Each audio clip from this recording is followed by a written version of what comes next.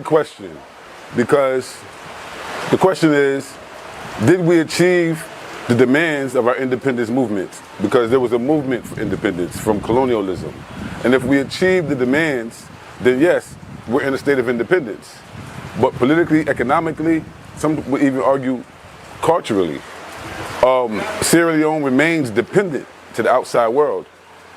Even here, politically, any serious matter that we have politically in this country, we must go outside of Sierra Leone and get the former colonizers and other people who come and take Africa's resources and get them to come solve our problems politically here. Our social issues, whether it's feeding our babies, healing our people, we have to go outside of ourselves. And so it's very difficult to celebrate independence while we as a nation remain in a state of dependence, while we have such wealth and such resources. So I would say celebrate it. Celebrate what victories we have to claim. But remember that the struggle continues and that we are not yet fully independent.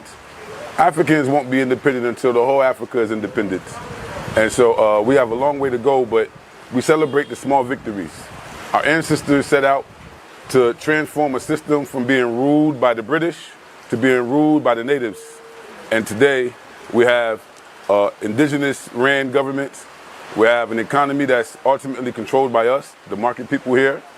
And so we did take a small step forward, but we still have a long way to go, especially in terms of true independence. So we're not yet free, but we're moving towards it. Celebrate what we have achieved. The only way to truly achieve independence is through the process of decolonization.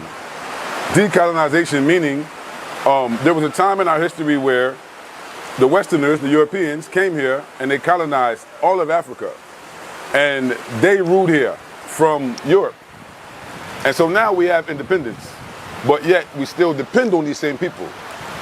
So the process naturally is to decolonize that dependence. Decolonize. We have to stand on our own and be able to determine Africa's future for ourselves as Africans, and in Sierra Leone as Sierra Leoneans. It's a process. We have to pull away from them systems. If you look at the courts, we still wear white wigs on our head. We still wear the British wig on our head. So that means that our judiciary institutions are what? Colonized. They remain colonized. We're still not working with the African mind in terms of law. Not even the African image in terms of law. So I think we have to decolonize. You see it right now a lot in Burkina Faso. Burkina Faso, Mali, and Niger. Great example of what we need to do in terms of decolonizing. Right now, the country of Burkina Faso, they are producing their own cotton, and their officials have to wear clothes that's produced within the country. Education is free for everybody right now in Burkina Faso. So you have this decolonization happen. In Mali, they changed all of the former French street names to local African names to venerate our own people, commemorate our own heroes. So there's a process. Here we have to realize that when we say Babuel, we're talking about an anti-colonial freedom fighter, someone who's seen that the West was coming for us and resisted. We need to uphold those people because the struggle continues.